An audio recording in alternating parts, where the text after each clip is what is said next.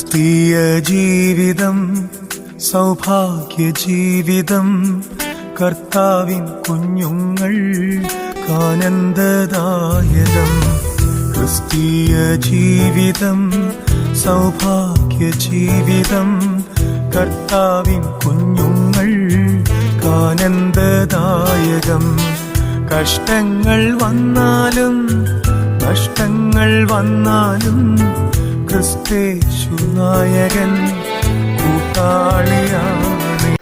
ദൈവവചന ചിന്തകൾ കേൾക്കുന്ന എല്ലാ മാന്യ ശ്രോതാക്കൾക്കും ക്രിസ്തീയ സ്നേഹവന്ദനം. സദൃശവാക്യങ്ങളുടെ പുസ്തകം 1-ാം അധ്യായം അതിൻ്റെ 12-ാമത് വാക്യം നാം വായിക്കുമ്പോൾ ഇപ്രകാരം രേഖപ്പെടുത്തിയിട്ടുണ്ട്: പാതാളം പോലെ അവരെ ജീവനോടെയും കുഴിയിൽ ഇറങ്ങുന്നവരെ പോലെ അവരെ സർവാംഗമായും വിഴുങ്ങിക്കളക എന്ന് പറയുന്നതായ വചനമാണ്.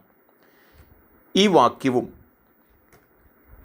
അഹങ്കാരത്തിൻ്റെയും അഹന്തയുടെയും സമ്പൽ സമൃദ്ധിയുടെയും ശ്രേഷ്ഠതയുടെയും ഒക്കെ അഹങ്കാരം തലയ്ക്ക് പിടിച്ചിട്ട് സാധുക്കളായ പാവങ്ങളായ ആളുകളെ പൂർണ്ണമായി വിഴുങ്ങിക്കളയുവാൻ മനസ്സ് കാണിച്ച് മുൻപോട്ട് കടന്നു പോകുന്നതായ അനവധി ആളുകളെക്കുറിച്ചുള്ള ഒരു ഓർമ്മപ്പെടുത്തലാണ്.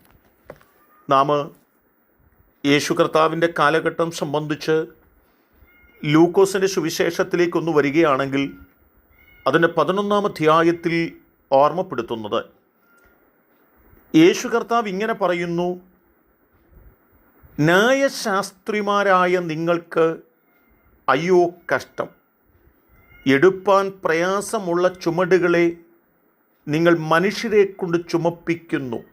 നോക്കുക, പാവങ്ങളായിട്ടുള്ള സാധുക്കളായിട്ടുള്ള ആളുകളെ കൊണ്ട് അവർക്ക് ചുമക്കുവാൻ കഴിയുന്നതിനപ്പുറത്തുള്ള വലിയ ചുമടുകൾ അവരുടെ തോളിൽ വെച്ചു കൊടുത്ത് അവരെക്കൊണ്ട് അത് ചെയ്യിപ്പിക്കുന്നു എന്നുള്ളതാണ്.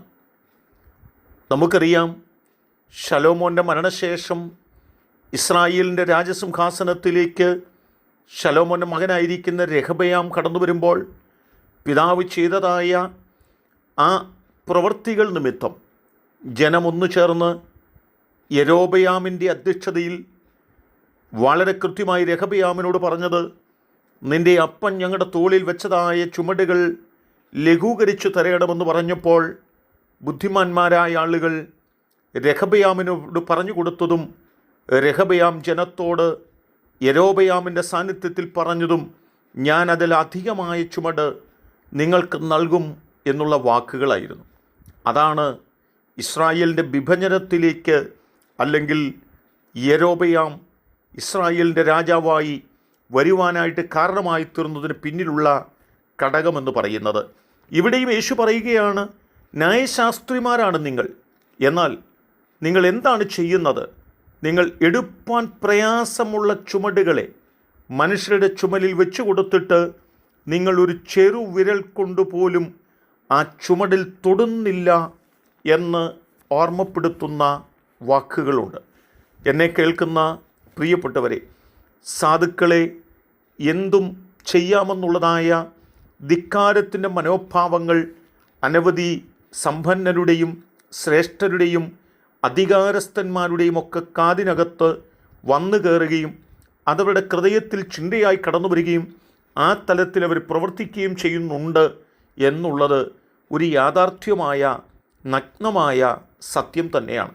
എന്നാൽ ദൈവത്തിൻ്റെ വചനം നമ്മോട് പറയുന്നത്, ബലവാനും ബലഹീനനും തമ്മിൽ കാര്യമുണ്ടാകുമ്പോൾ ബലവാന് വിജയമുണ്ടായെന്ന് വരാം, എന്നാൽ ബലഹീനന് വേണ്ടി തുണ നിന്ന് അവനെ താങ്ങുന്ന, അവനെ സഹായിക്കുന്ന, അവനെ വിടുവിക്കുന്ന ഒരു ദൈവമുണ്ട്.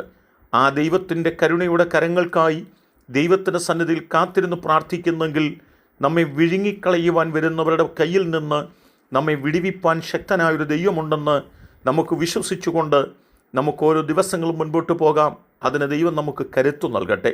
കരുണയുള്ള ദൈവമേ, നല്ല കർത്താവേ, വിശ്വസ്തയോടും പരമാർത്ഥതയോടും ഞങ്ങൾ ജീവിക്കുമ്പോൾ അധികാരത്തിൻ്റെയും പണത്തിൻ്റെയും അഹങ്കാരത്തിൻ്റെയും ഒക്കെ മണ്ഡലത്തിലൂടെ അനേക പ്രിയപ്പെട്ടവർ ഞങ്ങളെ വിഴുങ്ങിക്കളയുവാൻ ഭാവിക്കുമ്പോൾ അവരുടെ കൈകളിൽ നിന്ന് ഞങ്ങളെ വിടുവിച്ച് ഞങ്ങളെ മാനിക്കുന്നൊരു ദൈവമുണ്ട്. ആ ദൈവത്തിൻ്റെ വചനത്തിൻ്റെ ആഴങ്ങൾ തിരിച്ചറിഞ്ഞുകൊണ്ട് ഞങ്ങൾ നിരാശപ്പെട്ടു പോകുകയല്ല, ദൈവത്തിൻ്റെ കരം വെളിപ്പെടുന്ന സമയം വരെയും കാത്തിരിപ്പാൻ ഞങ്ങളെ പ്രാപ്തരാക്കണമേ. ഈ ദൈവവചനം കേട്ട് എല്ലാവരെയും അനുഗ്രഹിക്കണം. യേശു കർത്താവിൻ നാമത്തിൽ തന്നെ. ആമേൻ.